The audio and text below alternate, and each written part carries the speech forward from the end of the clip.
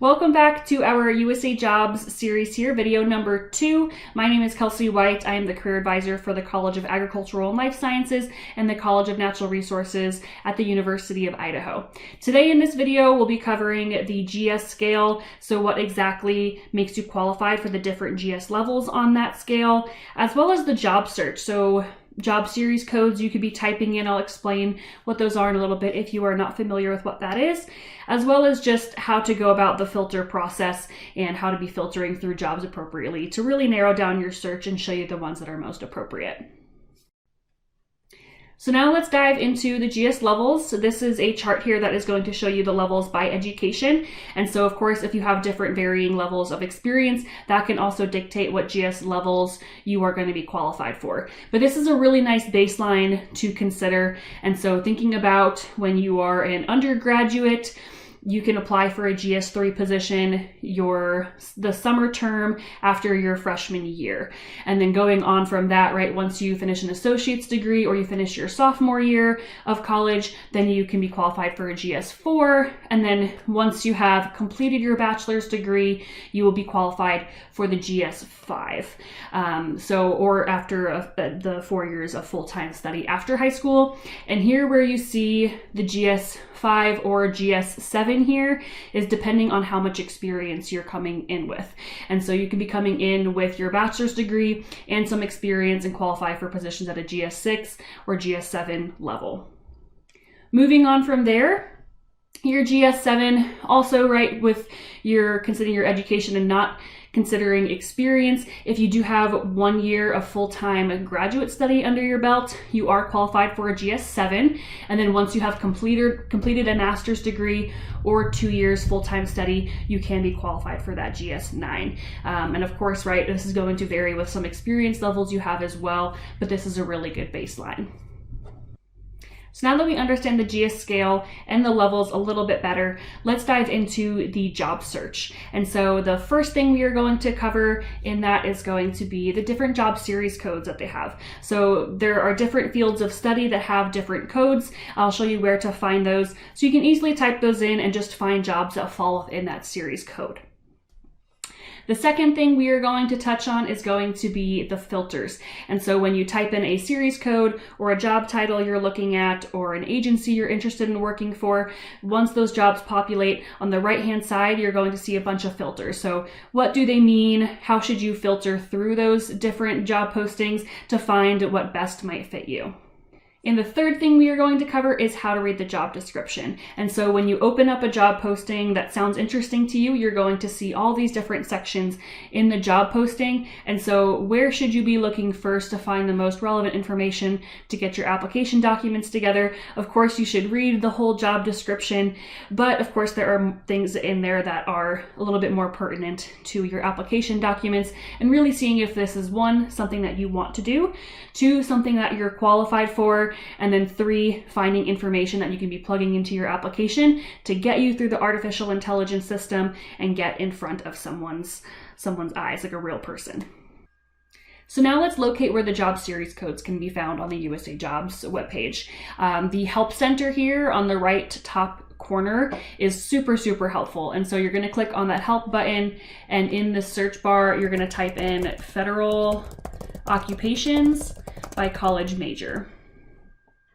And you're going to click on this first link right here at the top. And that is going to bring you to all of these different emphasis areas, study areas, and then further from that, it's going to break it down into more specific codes. And so you could totally just type in an 0510 series code, or if you are more interested in auditing, you can type in 0511. And so one job can have multiple series codes. And so an auditing position might have the code 0510 and 0511. And so I have seen 5 codes for one job depending on all the different areas that you would work in within that occupation. And so as you scroll down, you're going to see there's a bunch of different umbrella topics here with then a little bit more of a specialized series code. So that way you can decide if you want to keep it a little bit more broad in your field, or if you really want to hone in on something specific. And as you can see, this toolbar on the right is very small, which means there are a lot of codes here to sort through. And so it's really nice that they break it down by area here to not overwhelm us all that much. And so hopefully you can hop on here and find a good list of series codes that you can start plugging into the job search. For my College of Natural Resource folks out there, this is a pretty comprehensive list that I've put together of most of the natural resource related codes. Of course, continue to scan through the codes listed on the USA Jobs website to see what you can find on there. But this is a really good inventory of all of the CNR codes that I could dig up. So feel free to screenshot this or pause the video, look through them, and jot down some ones that might interest you. And for my folks over in the College of Agricultural and Life Sciences and those related majors, here is a pretty good comprehensive list of all of the codes that you might find on that page kind of in one spot. So feel free to pause, jot some of these down, take a screenshot so you can plug that into your job search. Okay, so now going back to the USA Jobs homepage here, we are going to type into the search bar here 0404, which is the Biological Science Technician code. You can just type in Biological Science Technician, you can type in Forestry, you can type in Wildlife, just very general. You can type in just big broad words and things will populate. And then from there, you're gonna see, right, there are 28 jobs within this series code. And then so now jumping into filters, right? So now we have all these jobs that have populated. We see there are some at the GS5 to 7, GS7, GS6, a GS9, GS8. And so say you just graduated undergrad, you're not going to qualify quite yet for a GS9. And so you might want to filter out by grade over here. And so one thing I want to touch on before I do that, to kind of just show you these different hiring paths we have here. If you are still currently a student, there is a hiring path called Pathways, right, for students. And so going into this little question mark help bar here is going to bring you to a new page that's going to show you all of the different hiring paths that you could potentially filter for. And so there are filters for previous federal employees, current federal employees. There are for veterans, military spouses, National Guard. You might have a job might have preference for people within those different categories. And so making sure that you can filter for jobs that might have a preference for that could be advantageous. And then looking at students and recent graduates here. So you can learn more about the student hiring path, recent graduate hiring path, and these jobs might have a little bit higher of a preference for folks who are in these roles. And so going back to here, what's going to show up in these hiring paths to filter for on the right hand side is based on what is populating over here on the left. And so if there aren't any jobs for students or recent graduates, right, that doesn't mean that these aren't for you guys. You just can't necessarily filter for that. So now we're just going to look at a job description and see exactly what the different components of them are and where you can really focus in when writing your resume and potentially a cover letter. And so we're going to start in my Save Jobs here. And how you can save positions is with this little star here, so you can save it into your account.